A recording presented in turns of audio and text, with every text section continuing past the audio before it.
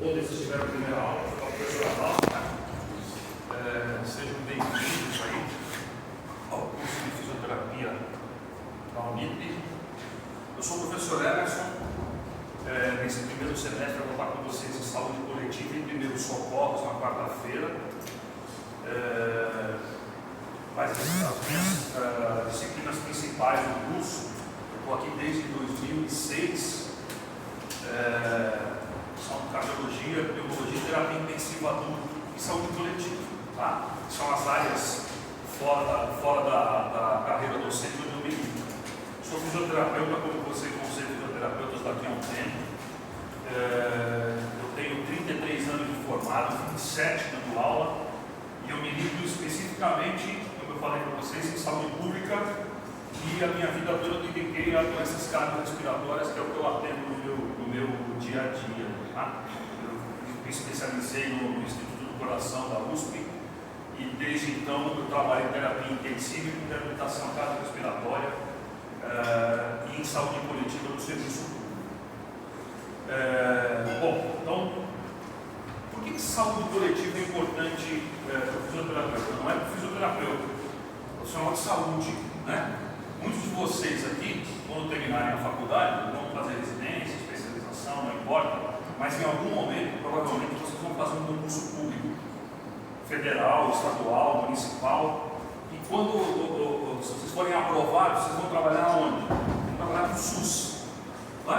Isso é uma luta de saúde. Tanto eu aqui, nessa disciplina, uma disciplina de fatos, que é fundamento de ações preventivas em saúde, o professor Elaine, já fala muito de SUS, né? E por quê?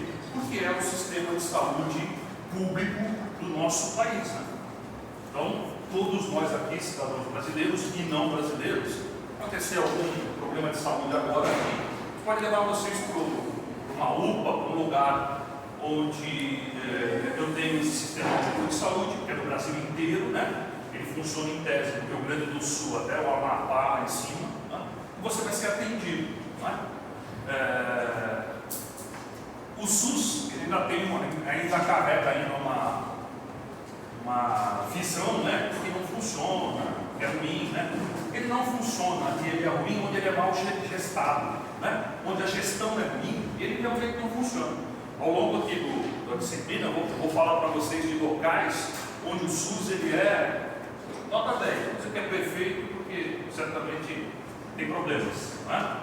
Sempre alguém não é lá bem atendido, demora para fazer o exame e obviamente vai se queixar. Para vocês terem uma ideia, o Brasil é o único país do mundo com mais de 100 milhões de o Brasil é o único país do mundo com mais de 100 milhões de habitantes que tem um serviço público de saúde universal. O que é universal? O sujeito que está morando na rua pode ser atendido e o presidente da República pode ser atendido. Todo brasileiro, toda pessoa que mora no Brasil, não é nem brasileiro, ela é, em tese, o convênio dela é o SUS. Tá? E como eu disse para vocês, tem problemas e tem muitas soluções. Vou dar uma solução para vocês. Nós passamos algum tempo atrás uma pandemia. Morreram 700 mil pessoas no Brasil. Eu afirmo para vocês que se não fosse o SUS, pelo menos mais um terço disso teria morrido. Pelo menos mais 250, teria chegado a 1 milhão, provavelmente, de mortos. Né? Aconteceram coisas no SUS impensáveis, né? O Hospital Albert Einstein pedindo vaga no hospital público, porque não tinha mais onde colocar paciente. Né? Então eu posso garantir para vocês, pelo tempo que eu tenho de atuação, que se não fosse o SUS, teria muito mais gente morta. Tá? De aproximadamente uns 15 anos para cá, 20 anos para cá, a nossa profissão, ela se inseriu na saúde pública, se inseriu na saúde coletiva, ela não era inserida, né? Quando eu me formei, há 33 anos atrás, o fisioterapeuta, ele era um profissional do sequelado. O que é isso? Então eu sofri um AVC, estou com o lado lá direito paralisado, agora manda para o fisioterapeuta. Né? Eu tive um infarto, né? Estou com 10% do meu coração não funcionando, agora manda para o fisioterapeuta. Eu estou com uma hérnia de disco, que está comprimindo minha medula e me dando muita dor nas pernas, né? na região lombar e nas pernas, agora manda para o fisioterapeuta. Tá? Ou seja, nós éramos os profissionais da atenção que a gente chama de terciária.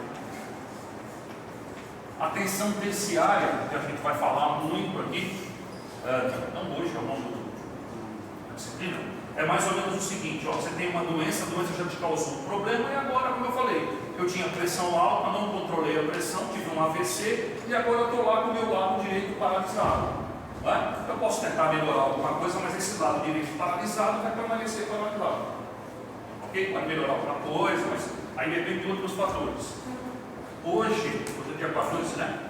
14 de fevereiro de 2025, nós, fisioterapeutas, nós somos profissionais do primário, da atenção primária, da atenção secundária e da atenção terciária.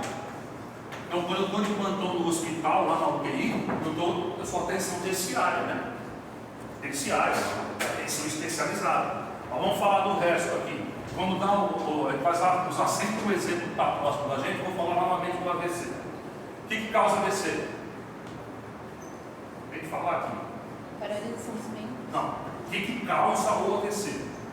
Pressão. Pressão alta. Né? Então todo mundo tem pressão alta, pode ter AVC. Em tese, sim, pode ter infarto. Certo? Então, o que nós chamamos vulgarmente de pressão alta, né? A partir de agora vocês já vão poder chamar o nome correto. Isso aqui é a pressão alta, hipertensão arterial sistêmica. Então, quando vocês ouvem assim, fulano tem pressão alta, né? O diagnóstico correto, a pressão alta é o apelido, vamos dizer assim, né? Hipertensão arterial sistêmica, HAS. Certo? Então, hipertensão arterial sistêmica. O que é isso? Hipertensão quer dizer o quê? Pressão alta. Arterial, em todas as artérias. O termo sistêmico, sempre que vocês usarem assim, ouvirem um termo, fulano tem uma doença sistêmica, tal coisa é sistêmica, né? A hipertensão é sistêmica, ela não é localizada. Aonde que está a hipertensão arterial sistêmica? No corpo todo. A pressão do meu cérebro está aumentada, a pressão do coração está aumentada, a pressão dos rins está aumentada, a pressão dos olhos. Onde você tiver artéria, a pressão está aumentada. Por isso que chama sistêmica. Sistêmica vem do quê? Vem de sistema. Sistema orgânico, né? Todo o meu sistema orgânico. Então, assim, quem tem hipertensão tem mais chance de ter AVC? Tem, né? E aí vamos pensar no seguinte: antes do AVC, antes da hipertensão, quais são os fatores que vocês acham que podem ser determinantes, agravantes, para uma pessoa que tem pressão normal, em algum momento passar a ter pressão alta? Estresse. O que mais? Nutrição, alimentação inadequada. O que mais? Sedentarismo. O que mais? Tabagismo. O que mais? Obesidade, né? Tabagismo, colesterol alto, glicemia alta, diabetes, assim vai. Tudo isso aqui, mais algumas coisas, fatores genéticos, não podemos esquecer, né? O teu pai e tua mãe têm hipertensão, você tem uma chance maior de ter hipertensão, pode até não ter, mas tem chance, né? Então, todos esses itens que foram colocados aqui, eles podem causar hipertensão. E hipertensão prolongada pode causar AVC. Tá? Então, é uma sequência, né? Eu tenho fatores de risco, os fatores de risco causam uma doença, e a doença causa uma sequela, que a gente chama de agravo, né? Então, qual é o agravo de um AVC? É uma paralisia, né? E aí a gente não vai entrar nisso agora, tem gente que tem mais paralisia, menos, mas isso mais para frente a gente explica por quê. O que importa é que o sujeito tem um AVC. Quando eu falei para vocês, quando eu me formei, né, a gente estava aqui, ó. O que a gente fazia? A gente tratava o AVC. Certo? Hoje, o fisioterapeuta entra aqui, no primário. Por quê? Eu posso ajudar com relação à obesidade, colesterol alto, o triglicérides alto, o sedentarismo, o tabagismo. Ou seja, a gente atua na diminuição dos fatores de risco. Então eu posso atuar aqui, ó. Então eu trabalho lá numa unidade básica de saúde, né? Unidade básica de saúde é o que o pessoal chama de postinho do bairro, policlínica, né? Vai ter uma aula só de atenção básica, só de atenção primária. Então, eu estou trabalhando lá na atenção básica, lá na atenção primária, e eu estou trabalhando com esses pacientes obesos, fumantes, sedentários, ou seja, que tem um monte de fator de risco para desenvolver o quê? Hipertensão, mas ainda não desenvolveram. Certo? Então, cada um de vocês aqui talvez tenha um fator de risco para ter hipertensão, mas não tem hipertensão ainda. Isso quer dizer que você pode controlar isso e não desenvolver hipertensão. Certo? Isso é atenção primária. O fisioterapeuta atua aqui, atua. O que é a atuação secundária? Então assim, ó, vamos supor, eu tenho colesterol alto, eu sou fumante e sedentário. Aí chego num diagnóstico lá de hipertensão. Então, eu tenho hipertensão. Tá? Então, eu tenho AVC? Não. Todo mundo que tem hipertensão tem AVC? Não, mas tem um monte de gente que tem, né? Então, ó, aqui eu tenho os fatores de risco. Aqui eu já tenho a hipertensão. O fisioterapeuta tem o que fazer com o paciente com hipertensão? Muita coisa. Muita coisa. Ao longo do curso a gente vai falando e ao longo das outras disciplinas também. Então, olha só, aqui eu tinha fatores de risco, aqui eu já tenho a doença. Aqui eu já tenho a doença. Agora eu só tenho duas possibilidades. Né? Eu controlo a hipertensão ou descontrolo a hipertensão e ela vai dar problema. Infarto, insuficiência cardíaca, AVC. Então eu vou atuar aqui, aqui e aqui. Aqui eu já tenho a sequela, certo? Então hoje vocês, fisioterapeutas, nós somos profissionais da atenção primária, secundária, terciária e para alguns autores até quaternária, que é a mais especializada ainda. Então a gente pode, hoje o fisioterapeuta pode atuar na primária, atua na primária, na secundária e na terciária. Ou seja, o escopo de abordagem nossa é muito maior. Eu trabalho, por exemplo, com saúde coletiva no serviço público. Ou seja, existem áreas da saúde, da fisioterapia que fisioterapia oftalmológica, fisioterapia em reabilitação cardiovascular, fisioterapia pélvica. Cada vez a gente tem mais áreas de atuação. E a gente vai aos pouquinhos falando disso para vocês. Então, saúde coletiva, epidemiologia, saúde pública é importante para o fisioterapeuta? Não, é importante para qualquer profissional de saúde. Por quê? A chance de vocês irem trabalhar no serviço público é muito grande. Muito grande. Tá? E aí eu vou, no serviço público, eu vou atuar onde? Eu vou atuar no sistema único de saúde. Basicamente com os seus preceitos, com as suas coisas boas, com as coisas que não funcionam, não importa, você vai estar inserido num programa. Então aqui é uma disciplina do primeiro semestre da graduação em fisioterapia. Nós temos uma aula e meia é assim, né? São 75 minutos, né? Começa 7h10, vai até 8h25. Eu não sei se vocês têm aula depois, tá? Graças a Deus, né? Porque sexta-feira no segundo tempo, ninguém merece, né? Esse semestre eu consegui me safar disso, porque preciso tomar minha cerveja também, né? Sou igual o senhor. Já faz 1 ano e meio que eu dou aula na sexta-feira, às 10 horas da noite. Minha mulher até desconfia, né? Então, assim, faltas. Senhor. Tudo bem? Não, só dar um oi para eles. Mais uma vez, né? Boa noite, pessoal. Eu estive ontem aí, conversei com eles um pouquinho. Tranquilo? Alguma dúvida?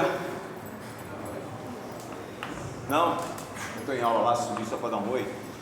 Segunda-feira vocês vão ter biossegurança. São os 2 períodos. A professora Thalita, uma professora recém-contratada. E só que às 9 horas vai ter uma aula inaugural lá no anfiteatro. E ela vai descer com vocês às 9 para vocês para o anfiteatro, tá bom? Na segunda-feira. Ela não está nem sabendo, vou falar isso para ela agora. Vocês estão sabendo antes. Tá bom? Então aí uma boa aula e um bom final de semana. Obrigadão. Bom, o seguinte, né? Então, gente, faltas. Faltas você tem que entender o seguinte: controle as faltas. Cada professor faz de um jeito, todo final de mês eu digito as faltas. Então, por exemplo, quem faltou hoje tem uma falta e meia, que é uma aula e meia. Se faltar semana que vem de novo, são 3 faltas, certo? Vocês podem ter 25% da carga horária de falta. Isso seria quantas faltas? 25% da carga horária. A carga horária é dividida por 25, divide por 4, você pode, um quarto você pode faltar. Tá? E os horários estão aqui, ó, 19h10 até as 20h25. Certo? Então as disciplinas de 30 horas, elas têm 25%, você faz a contagem por percentual. Certo? Então não deixem isso acontecer. Bom, então já mostrei um pouco aqui para vocês por que a gente tem que ter saúde coletiva, né? Porque amanhã vocês vão trabalhar na saúde coletiva. Amanhã você vai ser chefe de um posto de saúde, né? Um ambulatório, não importa. Né? E por exemplo, você vai ter que anotar lá dados epidemiológicos, dados de número de atendimento, de determinados diagnósticos e assim vai. Né? Por exemplo, né? Uma pergunta que eu sempre faço no primeiro ano, no primeiro semestre, na verdade. O fisioterapeuta faz diagnóstico? Sim ou não? Sim. Tem que fazer. Como é que você vai atender alguém que você não tem diagnóstico? Então, assim, o médico tem o diagnóstico dele, o psicólogo tem o diagnóstico dele, nós temos o nosso diagnóstico. Né? Então, assim, se a geladeira de vocês parar de funcionar, você chama um técnico lá e vai dizer: você tem que trocar a peça tal. O que é isso? Diagnóstico. Não é? Então, o diagnóstico, não, embora algumas pessoas digam isso, não é uma palavra médica. Diagnóstico, você vai ao dentista e fala assim: você tem que fazer 3 restaurações. Isso é um diagnóstico. Não é? Então, nós temos que fazer diagnóstico. Só que o nosso diagnóstico é médico? Não. Nosso diagnóstico é fisioterapêutico, funcional. Né? Nós trabalhamos com o impacto que a doença causa no teu organismo. Né? Então, por exemplo, sofri um AVC. Você vê eu andando assim na rua, ó. Eu estou com uma hemiplegia. Estou com um hemicorpo paralisado completamente. Então, o diagnóstico médico, AVC, diagnóstico funcional, hemiplegia, aí tem predomínio da perna, do braço, uma outra, mas vocês têm que ter isso muito claro. Né? Nós temos que fazer diagnóstico para tratar. Né? Como é que eu vou tratar alguém que eu não sei o que tem? E quando eu digo não sei o que tem, eu não sei o que aquele diagnóstico médico lá está causando no organismo desse indivíduo. Né? Tem que ter esse momento. Vocês vão ter disciplinas aqui falando do diagnóstico, avaliando, do diagnóstico radiológico, né? Diagnóstico de exames complementares, certo? Bom, então a ementa, né, que a gente recebe é o quê? O que a disciplina tem que se propor? Aqui, ó, abordar a identificação e reconhecimento do sistema de saúde do país. O nosso qual é? SUS. Mas vai ter uma parte de uma aula lá no segundo bimestre que a gente vai falar de saúde suplementar. O que é isso? Convênio. Então tem convênio de assistência à saúde, plano de saúde, reembolso de saúde, ou seja, a gente pode ter um convênio e o fato de você ter um convênio não quer dizer que você não possa ir no SUS. Tá? Você é um cidadão, pode ser atendido, pode não, deve ser atendido no SUS. Ok? Então nós vamos trabalhar aqui com o sistema de saúde do nosso país. Como eu falei para vocês, é o único com mais de 100 milhões de habitantes que tem serviço público universal. Universal que eu digo é assim: todo mundo pode ser atendido. Por exemplo, o sistema de saúde nos Estados Unidos não é universal. Né? Então você chega no atendimento lá, vão pedir, em vez de pedir o teu CPF, o teu RG, como pede aqui, eles vão pedir o número do seguro-saúde. Ou seja, se você não tem seguro-saúde, você não está trabalhando. Se você não está trabalhando, você não é atendido. Por exemplo, né? Problematização e discussão crítica. Então, assim, eu vou estar sempre colocando para vocês problemas. Como é que a gente resolve esse problema aqui? Né? E nas outras disciplinas também. Então, assim, vamos chegar lá na cardiologia, né? Na cardiologia no 3º ano. Se eu não ganhar na Mega Sena até lá, eu vou dar aula para vocês. Se eu ganhar, eu vou ser outro professor, com certeza, sem dúvida nenhuma. Então, a gente vai colocar um quadro clínico lá, como é que o fisioterapeuta intervém nesse quadro aqui cardiológico no UTI. E aí a gente tem que intervir de alguma maneira. Né? Então, quando a gente fala de discussão crítica, é assim, ó, isso aqui não funciona no SUS. Então, o que a gente pode fazer para melhorar? Como é que a gente faz para melhorar? Não é? Então é isso que a gente tem que ter. Onde eu estava dando uma aula parecida com essa, numa outra faculdade, parecida, não é a mesma aula. E a gente estava colocando o seguinte, né?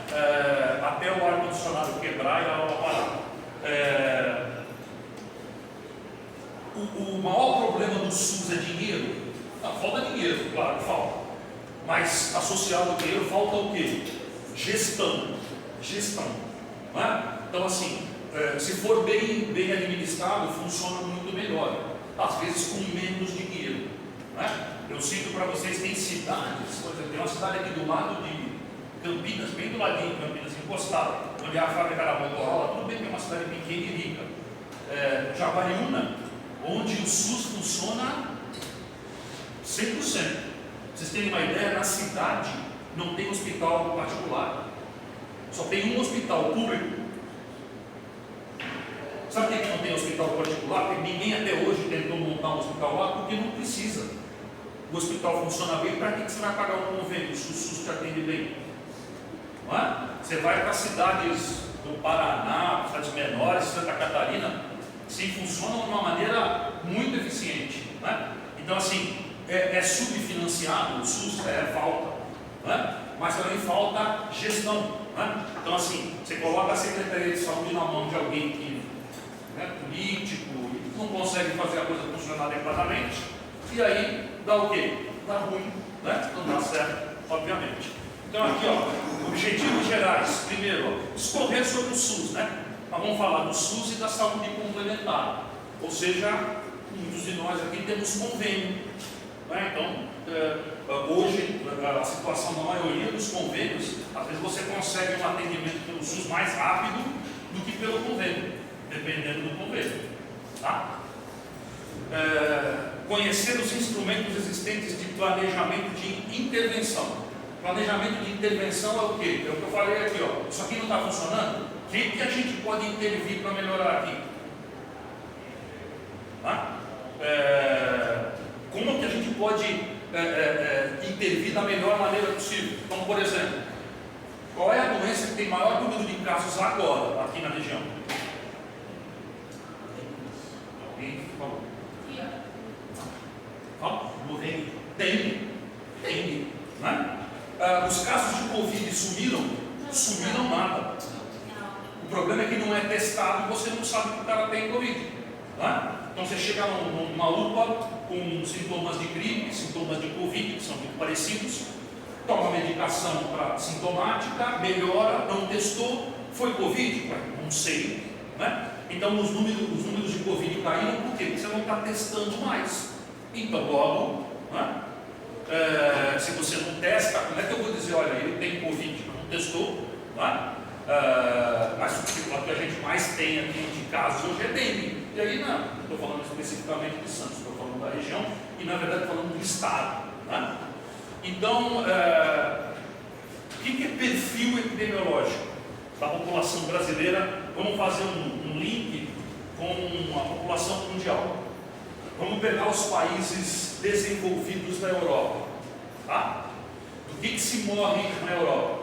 O cara tem doença cerebrovascular. Eu prefiro falar cerebrovascular do que cardiovascular, porque aí a gente associa ao AVC, que é uma doença vascular do cérebro, né? Então o cara morre de infarto, AVC, insuficiência cardíaca e morre de neoplasia maligna. O que é isso? Neoplasia é um nome técnico de tumor. Então quando você fala assim, fulano tem a neoplasia, ele tem um tumor, só que o tumor pode ser maligno e benigno. Então neoplasia não é nem maligno nem benigno, né? É neoplasia. Né? E aí eu tenho neoplasia maligna e tenho neoplasia benigna. Né? Então o europeu morre, salvo guerra na Ucrânia, lá e tal, salvo o Covid, né? Ele morre de doença cerebrovascular, AVC, infarto, né? E morre de tumor. Tá? Do que morre o brasileiro? Da mesma coisa. Tumor, né? E doença cerebrovascular. Mas tem uma outra coisa que associa no Brasil. Qual é? Violência urbana. Que nesses países não tem. Então o nosso perfil epidemiológico ele é parecido, salvo a questão da violência urbana. Mas se não fosse isso, né? Se nós tivéssemos um país pacificado, tranquilo, o nosso perfil epidemiológico era parecido com o europeu, salvo essas coisas de dengue, essas doenças tropicais, digamos assim. Certo? Mas você vê que hoje tem caso de dengue na Noruega, que é frio, né? Um mosquito chegou lá de alguma maneira. Né? Então é um perfil epidemiológico parecido, porém nós temos essa situação específica da violência urbana. Então aqui, ó, quando a gente fala de SUS, né, eu tenho as principais políticas. Gente, todas as vezes que eu usar aqui durante o semestre a palavra política, é política de saúde, não é política partidária, tá? Então assim, política de combate à desnutrição infantil, política de combate ao diabetes, política de combate à hipertensão, tá? O que é uma política? É uma diretriz, né? Tá? Então assim, olha, saiu uma diretriz do Ministério da Saúde dizendo assim, ó, é dessa maneira que a gente tem que combater a diabetes, é dessa maneira que a gente tem que combater a tuberculose. Então, isso é uma política, não é como se fosse um protocolo, um direcionamento, alguma coisa assim, tá? E programas de ação em saúde. Então, por exemplo, tem programa de saúde da mulher, saúde materno-infantil, saúde da criança, saúde do idoso, saúde do homem, saúde bucal, né? E ainda não tem ainda algo que nós precisamos, que é um plano nacional de saúde funcional, que nos incluiria, né? O fisioterapeuta e o terapeuta ocupacional são os profissionais da saúde funcional, tá? Alguns anos atrás começou-se a tentar escrever isso, né? Foram chamados fisioterapeutas de vários locais, de vários estados. Eu fui chamado aqui pela Baixada Santista, com mais pessoas, não fui só eu, para ir a Brasília e começar a conversar, discutir, para botar no papel, do mesmo jeito que era uma política nacional de saúde mental, uma política nacional de saúde funcional. Aí, quando eu peguei a lista das pessoas que iam, em especial aqui da Baixada Santista, eu não fui. Por quê? Porque tinha várias pessoas ali que nunca botaram a mão num paciente, sempre ficaram sentados atrás de uma mesa com um computador. E essas pessoas não podem falar do que o fisioterapeuta faz, eu vou perder meu tempo, né? E eu não fui. E acabou dando sorte, não aconteceu nada, né? Não deu nada certo. Então assim, quem tem que falar o que o fisioterapeuta faz, o que o nutricionista faz, o que o enfermeiro faz, é quem está na linha de frente, né? Ou quem já esteve. O cara está ali na frente ali da porta da UTI, na frente da clínica de ortopedia, quem está vendo ali o que está acontecendo, né? O cara que está sentado atrás, desde que se formou, atrás de um computador, ele pode ter muito tato com números, mas ele não tem o dia a dia de botar a mão no paciente, e é quem tem que falar que realmente é de bom e é de ruim na nossa profissão. Compreender os principais determinantes do processo de saúde e adoecimento, né? Vai ter uma aula aqui de história natural da doença e classificação das doenças, né? Então assim, de você começar a ficar doente, desenvolver uma fisiopatologia, até você ficar com a doença, e qual é o desenlace dele, se é óbito, é recuperação, é reabilitação, recuperou 100%, recuperou 30%, o que aconteceu diante da doença que você teve, né? Então, por exemplo, até hoje, nós da fisioterapia atendemos pacientes com Covid. Não exatamente com Covid, mas com Covid longa, né? Longo Covid, ou seja, o cara tem sequela da Covid até hoje. Ele não tem mais o vírus no corpo, mas ele tem repercussões daquilo que aconteceu, né? Determinantes da saúde, a gente falou muito hoje aqui, por exemplo, você não controlar a tua pressão, teu diabetes, teu glicemia, teu peso, você fumar, isso são determinantes de saúde, né? Você não ter saneamento básico é determinante de saúde, né? Vamos dar um exemplo disso? Se você pegar uma unidade básica de saúde do Gonzaga aqui em Santos, tá? E pegar uma unidade básica de saúde que fica numa comunidade lá periférica, onde você tem mais diarreia, provavelmente de criança, provavelmente lá na comunidade, né? Por quê? Porque tem saneamento básico, por exemplo, não é? Muitas vezes não tem, ou se tem deficitário, você não tem água potável adequadamente. Não quer dizer que lá no Gonzaga não tenha criança com doença diarreica, mas provavelmente a causa é outra, né? Pode ser até um alimento que estava deteriorado, alguma coisa assim. Então, isso são determinantes de saúde. Então, por exemplo, o cara que trabalha nesse sol que a gente está vendo aqui, sem proteção, daqui a um tempo ele pode ter câncer de pele? Tá? Pode ter, certo? Sujeito que fuma.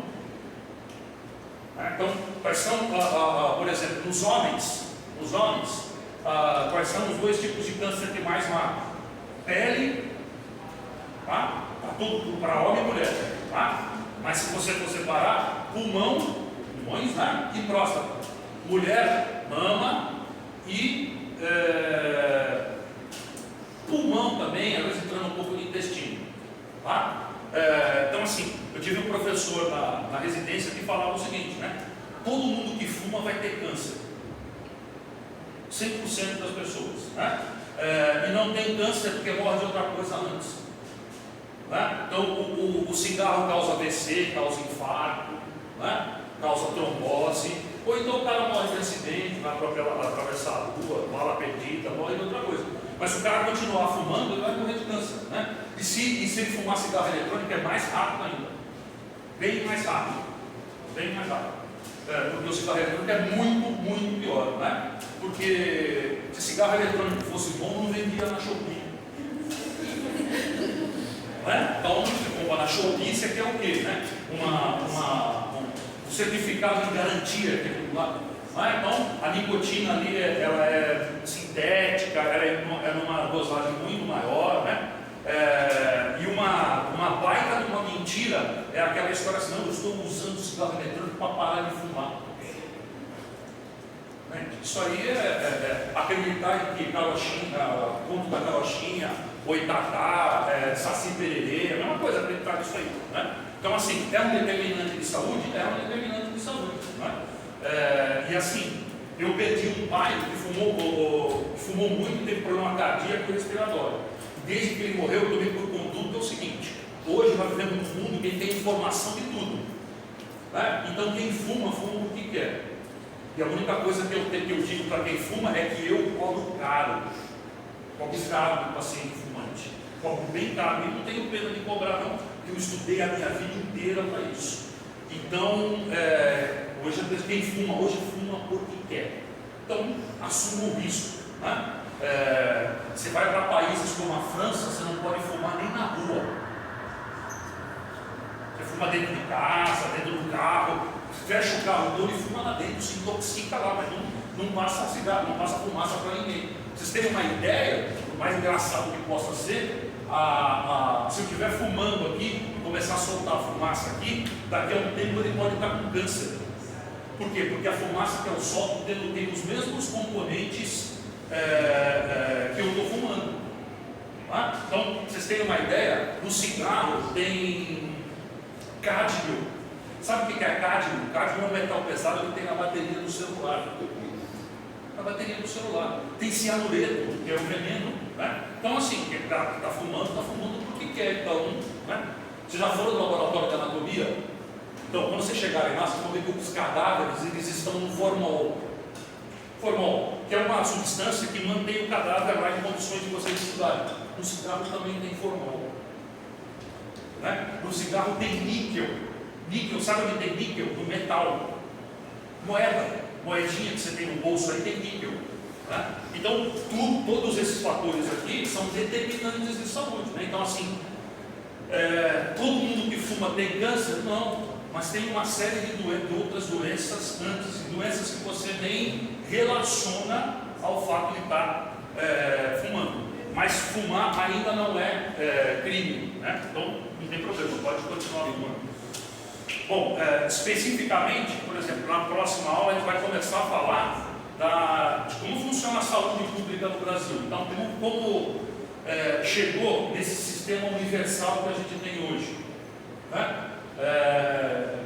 O sistema de saúde no Brasil ele começou dividido em profissões. Então tinha lá o sistema de saúde dos ferroviários, dos policiais, dos professores, né? Que até os funcionários públicos até hoje guardam alguns guardam o nome, tipo caixa de pecúlio, né? Você vê caixa de pecúlio da prefeitura de não sei o que, é basicamente isso que a gente vai falar aqui. Então era um sistema de saúde só para os ferroviários e os familiares dos ferroviários, os portuários e os familiares dos portuários. Até que num momento de evolução, isso se juntou, né? Primeiro no INAMPS, depois no INPS, depois no SUDS, que foi um pequeno intervalo de tempo, e depois no SUS. Então foi uma evolução, teve uma cronologia, teve um desenvolvimento de tempo para isso aí, tá? A evolução histórica aqui que eu já falei, discorrer sobre os problemas de saúde, falamos de uma aqui hoje, né? Dengue, né? Outro, tabagismo, né? Embora no Brasil não se fume cigarro convencional, muito menos do que já se fumou, tá? Conhecer doença de origem socioambiental, a dengue é uma delas, né? Então você pega um local onde as ruas não enchem, tem saneamento básico, tem água potável, você tem menos casos de dengue. Não é? Por quê? Porque não encosta muito menos água, você forma muito menos mosquito. Ok? E recursos de promoção e bem-estar do paciente. Então aqui, ó, na atenção primária, o que a gente está buscando? Promoção da saúde, né? Você está ajudando o indivíduo a controlar a pressão, a glicemia, a perder peso, né? Isso diminui o risco de doença, ok? Bom, aonde que a gente entra? Né? Então, na década de 90, então mais ou menos aí 30 anos, 35 anos, o fisioterapeuta foi mais reconhecido nessa área. Ontem eu estava dando essa aula aqui, eu falei para uma aula parecida com essa, mas para uma turma misturada de fisioterapia e enfermagem. A enfermagem está há muito mais tempo inserida na saúde coletiva. Né? Você falava de uma unidade básica de saúde, que são as antigas policlínicas, o postinho lá que eu falei para vocês, sem enfermeira, quem toca essas unidades são enfermeiras, né? Toca que eu quero dizer, fazer funcionar. Então, nós começamos a aparecer isso aqui, né? E muito por esse NASF que está colocado aqui, o Núcleo de Apoio de Saúde da Família. Né? O que é o NASF? Vai ter um slide aqui explicando melhor, mas é mais ou menos o seguinte, ó. No bairro de vocês tem lá uma unidade básica, tá? Tem uma unidade básica lá, tem lá uma casinha, lá um prédio, não importa, mas lá tem os profissionais trabalhando lá. O NASF é essa unidade básica, mas não fixa. É a unidade básica que vai na casa lá daquela senhora que, por exemplo, é obesa, é diabética, está com problema em membros inferiores, e aí vai uma equipe multidisciplinar lá, com médico, enfermeiro, nutricionista, fisioterapeuta, psicólogo, a equipe que tiver formada. Então, o NASF ele não fica parado. Então, seria a unidade básica, entre aspas, com pernas, com rodas. Então, você vai até, tem doentes específicos que você vai lá semanalmente, 2 vezes, não importa, a quantidade que precisar de vezes. Por exemplo, a enfermagem fazer um curativo numa úlcera, varicose, varíola de diabetes, para evitar uma amputação e para ele não ter que se deslocar, por exemplo, até o posto de saúde. Certo? Então, assim, fisioterapia e atenção básica é uma coisa, fisioterapia e saúde coletiva é outra coisa. A fisioterapia e atenção básica, ela está dentro da saúde coletiva. Então, fisioterapia e atenção básica é isso que a gente falou aqui. A atenção básica é aquela que evita que a doença se manifeste ou até piore. Né? Então, você tem hipertensão e a gente agora está controlando. Ou você tem fatores de risco para a hipertensão e a gente, com a equipe, né, estamos evitando que a hipertensão se instale. Né? Então, isso é atenção básica. Quando a gente fala de saúde coletiva, por exemplo, vocês já ouviram falar de vigilância epidemiológica, vigilância sanitária, onde a gente pode atuar também, né? Para dar um exemplo bem simples para depois falar disso lá na frente. Vigilância epidemiológica, por exemplo, é quem tabula os dados do número de casos de dengue, número de casos de meningite, de tuberculose, de hanseníase, de covid, das doenças de notificação compulsória. E baseado nesses números, toma uma ação, como eu falei aqui, ó, a gente precisa intervir lá na unidade básica, onde tem mais crianças com diarreia. tem que ensinar a mãe a fazer soro caseiro, tem que avaliar mais, o agente comunitário de saúde tem que ir mais na casa. Então, você, baseado nos números, você toma uma posição, uma intervenção. Né? A vigilância sanitária por exemplo, que chega lá na praça da alimentação do shopping e começa a fiscalizar todas as cozinhas, para ver se está limpo, se a manipulação de alimento está correta, se a data de validade dos alimentos está ok, se o alimento está bem acondicionado, né? Não só de alimento, mas, por exemplo, agrotóxico, produtos cosméticos, né? Que hoje você tem muito produto cosmético falsificado, né? Muito mais barato, obviamente, né? Tem alguma coisa errada, né? Algo que custa R$100, você compra por 30, só pode ter acontecido duas coisas: ou não é original, falsificado, ou foi roubado. Agora, não tem outra possibilidade, né? Se custa 100, do outro lado você compra por 30, né? Você vai lá na 25 de março, né? Você vê isso, né? De vez em quando a minha mulher inventa de ir para lá, e eu tenho que ficar carregando sacola lá. E aí assim, né? Eu fico olhando assim, gente, a 25 de março para mim é um lugar assim, né? Se Deus mora no céu, o diabo mora na 25 de março. Porque assim, um lugar que vende batom, né? Shampoo, queijo, salame, tartaruga viva, tênis falsificado, não existe no mundo um lugar assim, né? O diabo mora lá, quando fica 25 de março fecha, o diabo vai para lá e dorme lá, não é possível, né? Então assim, hoje você compra um cosmético para passar no rosto, do lado, gente, isso tem que ser de uma procedência que não te dê um problema na pele, né? Mesmo que seja uma alergia simples, né? E a gente vê toda hora essas situações aí, sem contar os procedimentos estéticos, cirurgia. Então, gente, saúde coletiva é amplo, né? Então é mais ou menos assim, saúde coletiva é a classe inteira, né? A atenção básica são as primeiras fileiras, a atenção básica está dentro também, certo? Na saúde coletiva tem uma amplitude muito maior de formação, de problemas, né? Então aqui, ó, esse documento aqui, ó, chama-se Política Nacional de Atenção Básica. Lembra que eu falei, ó, quando eu falar o termo política? Então desse documento aqui, que é muito grande, tem umas 200 páginas, se não estiver enganado, fala tudo que tem que ser feito na atenção básica.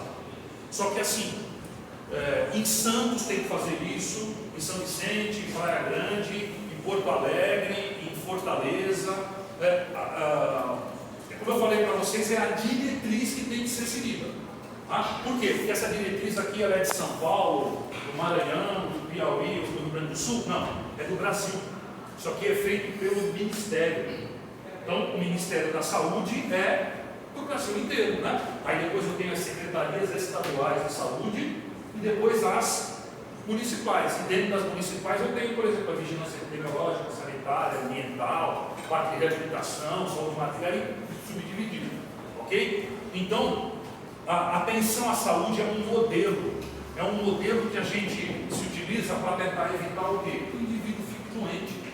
Gente, é muito mais barato, né? Eu tratar o indivíduo aqui e depois tratar um cara sequelado por um AVC. Barato, quando eu digo, não é nem no sentido financeiro, até do ponto de vista social. O cara tem que parar de trabalhar e vai viver com uma aposentadoria por invalidez não sei quanto tempo a mais, quando ele podia estar produzindo e até dando uma qualidade de vida para a família dele melhor. Tá? Então, essa política nacional de atenção básica, ela é um modelo. Então, eu tenho um modelo que, fracionado em estados e municípios, tem que ser seguido. Tá? Por exemplo, vocês já ouviram falar daquela história lá do calendário vacinal, né? Então, assim, tem algumas vacinas que estão no calendário vacinal nacional. Todo mundo tem, quando chega no posto de saúde, tem que ter. Tem outras que são uma parte, né? Mas tem um calendário vacinal mínimo, né? A questão vacinal, o Brasil funcionava muito bem até alguns anos atrás, quando começaram a negar essas coisas das vacinas, e aí você tem disparadas das doenças, aí, como por exemplo, sarampo, que é uma doença que o pessoal fala, sarampo todo mundo pega, sarampo mata, da meningite, da pneumonia, é uma doença gravíssima que tem que ser controlada. Né? Bom, já a saúde coletiva, como eu falei para vocês, só voltando um pouquinho, a vacina de sarampo, é uma das mais eficientes do ponto de vista de imunização, em torno de 97%. Tá? Então, assim, a chance de, se você pegar vacinado, você vai pegar a doença muito fraca do ponto de vista clínico. Tá? Então, como eu falei, ó, a saúde coletiva abrange uma rede de atenção muito maior. Esse quadro que vocês estão vendo aqui, que vocês vão ver várias vezes ao longo da disciplina aqui, é aquele processo que eu falei para vocês, o processo de saúde e doença, né? É a história natural da doença. Então, ó, lá eu coloquei primário, secundário e terciário, aqui também. Ó. Primário, secundário, terciário. Tá? Então, o fisioterapeuta hoje, né, já mais ou menos mais de uns 30 anos, nós podemos trabalhar em qualquer dessas faixas aqui de atuação, qualquer dessas faixas de atenção. Na primeira, o que eu estou fazendo aqui? Promoção da saúde e proteção específica. O que é promoção de saúde? Fazer atividade física, se hidratar, se alimentar bem, tá? Perder peso, isso é promoção da saúde. O que é proteção da saúde? Acabei de falar aqui. Um exemplo de proteção da saúde. Não, aí é promoção. Vacina. Vacina é proteção da saúde. Então eu tomo a vacina de pneumonia para não ter pneumonia. Eu tomo vacina de gripe para não ter gripe. Aí agora, mas eu tomei a vacina de gripe e em seguida fiquei gripado. Mas o vírus é outro, né? Não é o mesmo, obviamente. E às vezes não deu nem tempo de algum grau de imunização. Então, promoção e proteção à saúde, então aqui no primário. Outro exemplo de proteção à saúde, exames periódicos. Né? A partir de uma certa idade, as mulheres não têm que fazer mamografia. Isso é proteção específica. Por quê? Porque se você observar alguma coisa ali, precocemente você trata. Não é? Então, exames periódicos, isso falei da mulher aqui, mas exames de próstata para o homem também, por exemplo, são proteção à saúde. Eu faço exames preventivos. Né? As mulheres lá de colo de útero também, não é? Então, eu estou protegendo. Né? Então, aqui eu não tenho doença. Né? Ela pode até se iniciar. Aqui, gente, ó, o que está acontecendo aqui? Aqui eu estou começando a ficar doente. Quando eu falo de começando a ficar doente, aqui pode ser câncer ou pode ser gripe. Qualquer doença, tá? Pode ser alguma coisa muito grave ou algo muito simples. Então acontece o quê? Ó? É um período de patogênese. Vocês vão ter no terceiro semestre, eu acho, uma disciplina chamada patologia, que é o estudo das doenças. Como é que acontece um processo inflamatório, como é que acontece um edema, um inchaço, como é que acontece a dor, do ponto de vista geral. Né? E gênese é formação. Então, patogênese, formação de uma doença, né? Desenvolvimento de uma doença. Essa doença, ela pode ser uma doença com um curso rápido, como as doenças virais, por exemplo, gripe, né? Você pega a gripe, começa a ficar ruim, piora, aí mantém, depois fica bom, não é? Covid, né? As pessoas que morreram de Covid não morreram de Covid, né? Morreram em decorrência da Covid, foram outras causas, né? Tem gente que ficou 60 dias internado no hospital e depois morreu. Gente, não tinha mais o vírus no corpo. O vírus já morreu, mas ele deixou o quê? Problemas, né? Deixou problemas como gerando trombose, AVC, insuficiência respiratória. Né? Então aqui, ó, na prevenção secundária, ó, diagnóstico precoce e limitação do dano. Limitação do dano é o seguinte: eu já estou com a doença, mas eu posso limitar o problema que ela vai causar, né? Que pode chegar até um desenlace de óbito, né? Então, vamos dar um exemplo mais banal possível. Eu estou andando aqui dando aula para vocês, aí eu bato com a coxa aqui, dá uma baita de uma dor. Aí eu pego rapidinho um saquinho de gelo e coloco aqui. Eu estou limitando o dano. Por quê? Talvez a minha coxa amanhã não esteja roxa pela batida que eu dei. Estou falando super banal aqui, pode ser outros processos, né? Então, por exemplo, você começa com uma febre, alguma dificuldade para respirar, vai logo na UPA, descobre que é uma pneumonia, já entra com antibiótico. Então a chance talvez de você ter uma insuficiência respiratória numa UTI diminui. Não é que vai acontecer, mas diminui, certo? Então isso é prevenção secundária, né? Então a doença está no começo, tá? E aqui a gente atua também. Então, o que é prevenção terciária ou atenção terciária? Aqui aconteceu o quê? Eu tive a doença se desenvolveu e ela causou alguma coisa, por exemplo, ela causa complicações. Eu acabei de dar uma complicação aqui.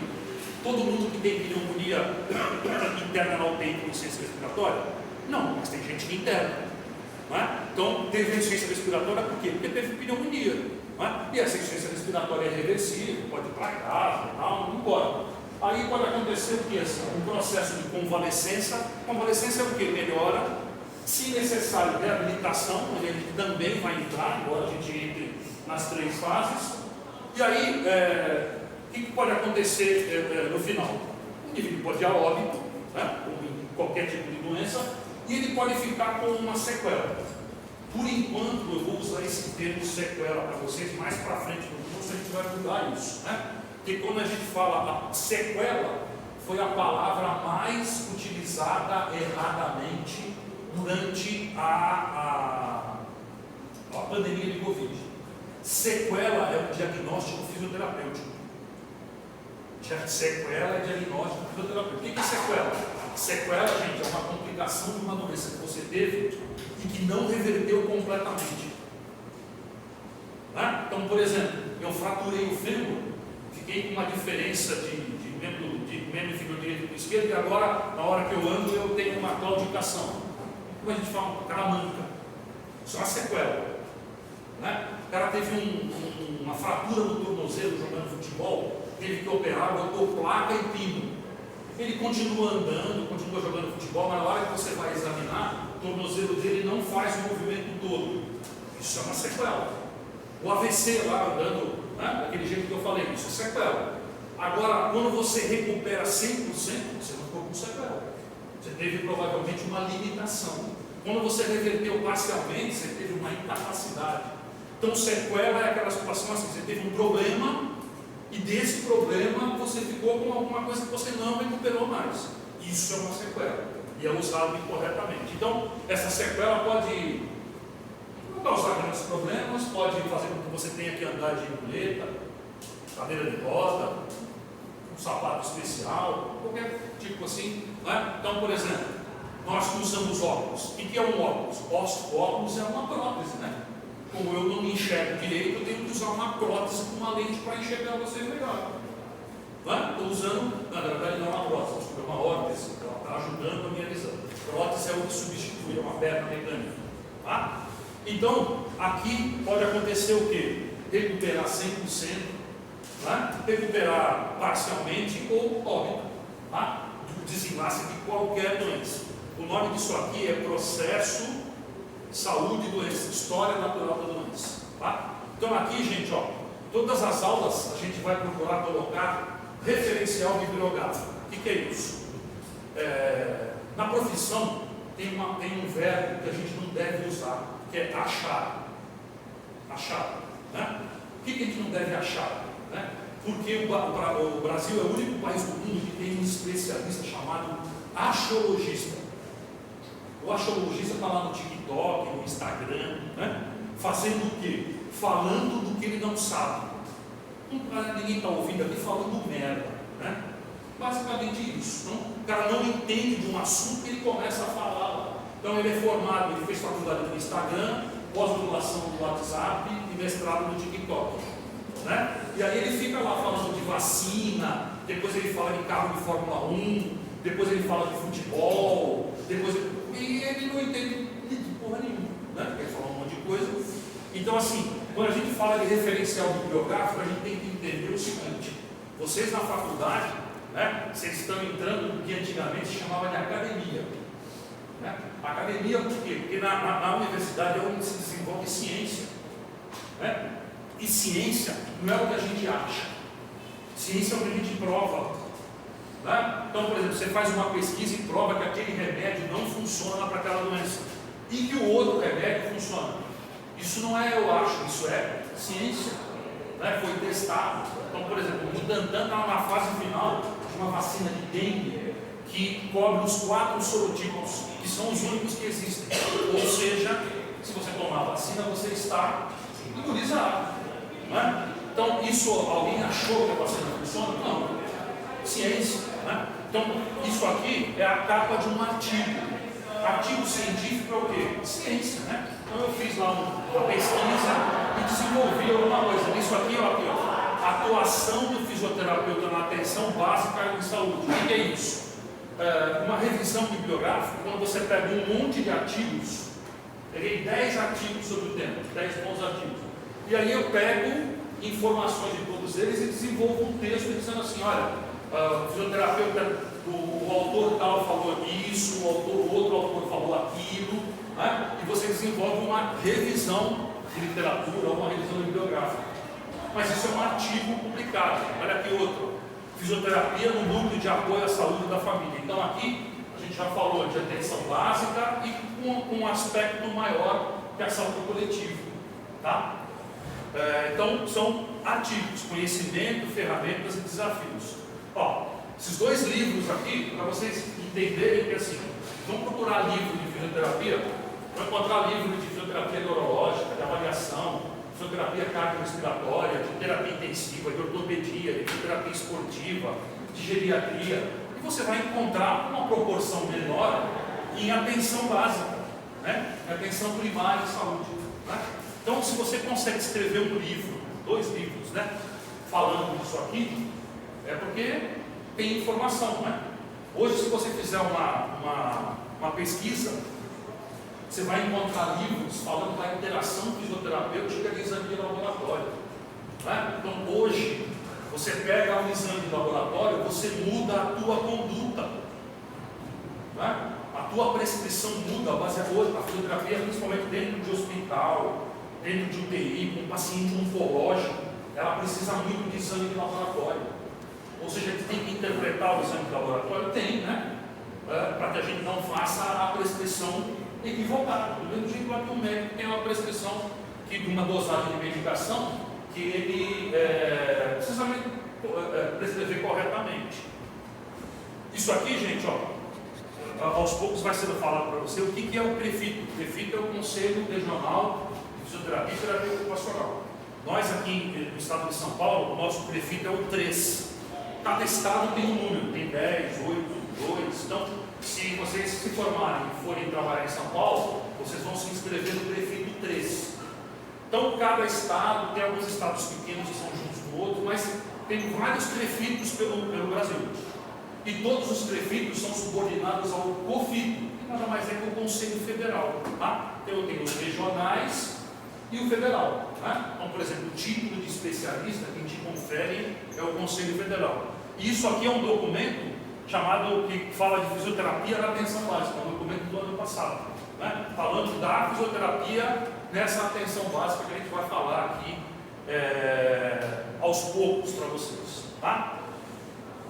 Aqui, ó, falando um pouco do NASF, Núcleo de Apoio à Saúde da Família. O que é o NASF? É aquela equipe que sai da unidade básica e vai percorrer lá o bairro, a territorialidade da unidade básica para atender as pessoas. Isso aqui, gente, é uma unidade básica lá em Santa Catarina, onde se está usando a parte de entrada ali, onde tem jardim, tem banquinho e tal, para tratar o quê? Para tratar idosas com dor lombar, dor nas costas. Né? Então você está fazendo o quê? Fazendo com que isso aqui não piore. Né? De uma maneira muito, muito simples e com recursos bem básicos. Tá? Aqui, ó, visita domiciliar. Mais para frente a gente vai falar, o embrião desse processo que a gente tem do NASF, ele começou em Santos com um programa de fisioterapia domiciliar na década de 80 para 90. Tá? Ó, essa lei, gente, é uma lei de 2021, foi sancionada, assinada pelo ex-presidente, que é uma lei que diz o seguinte, ó, equipe de atenção básica de saúde tem que ter fisioterapeuta. Ou seja, se na sua cidade não tem, chama a polícia para o secretário de saúde, porque ele não está cumprindo a lei. Então tem que ter fisioterapeuta lá. Ok?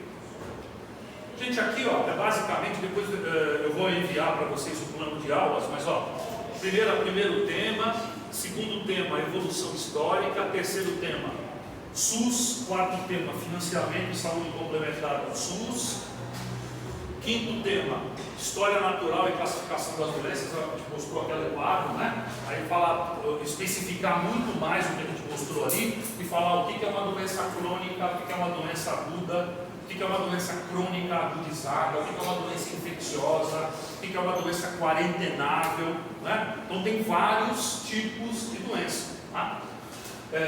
Doenças de origem socioambiental, já falamos uma hoje aí, a dengue. Política Nacional de Atenção Básica, fazendo sempre um link com a fisioterapia.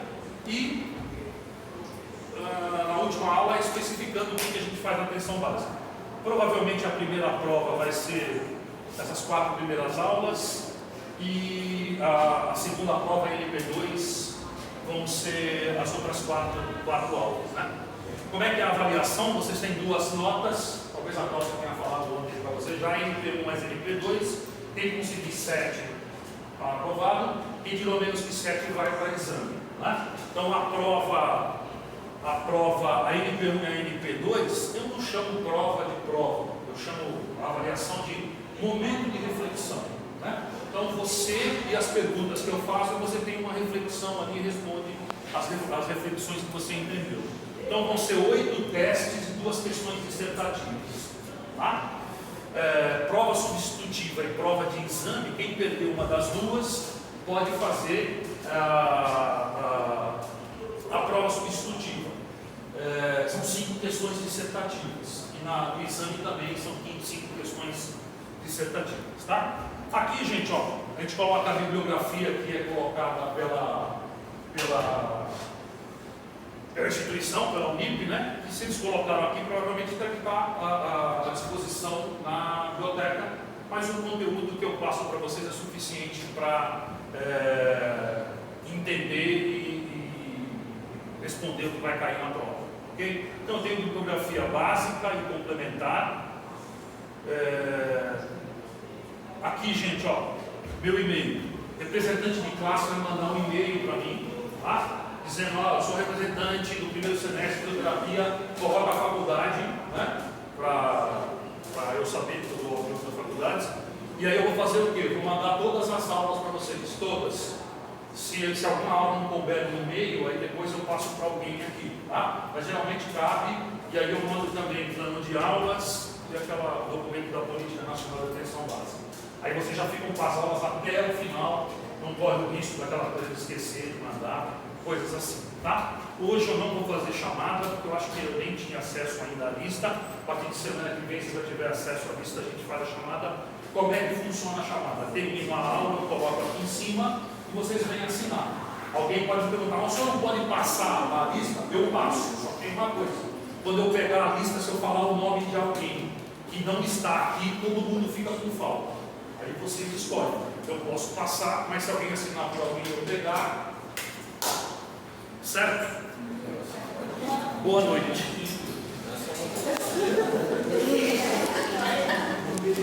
Se vocês quiserem correr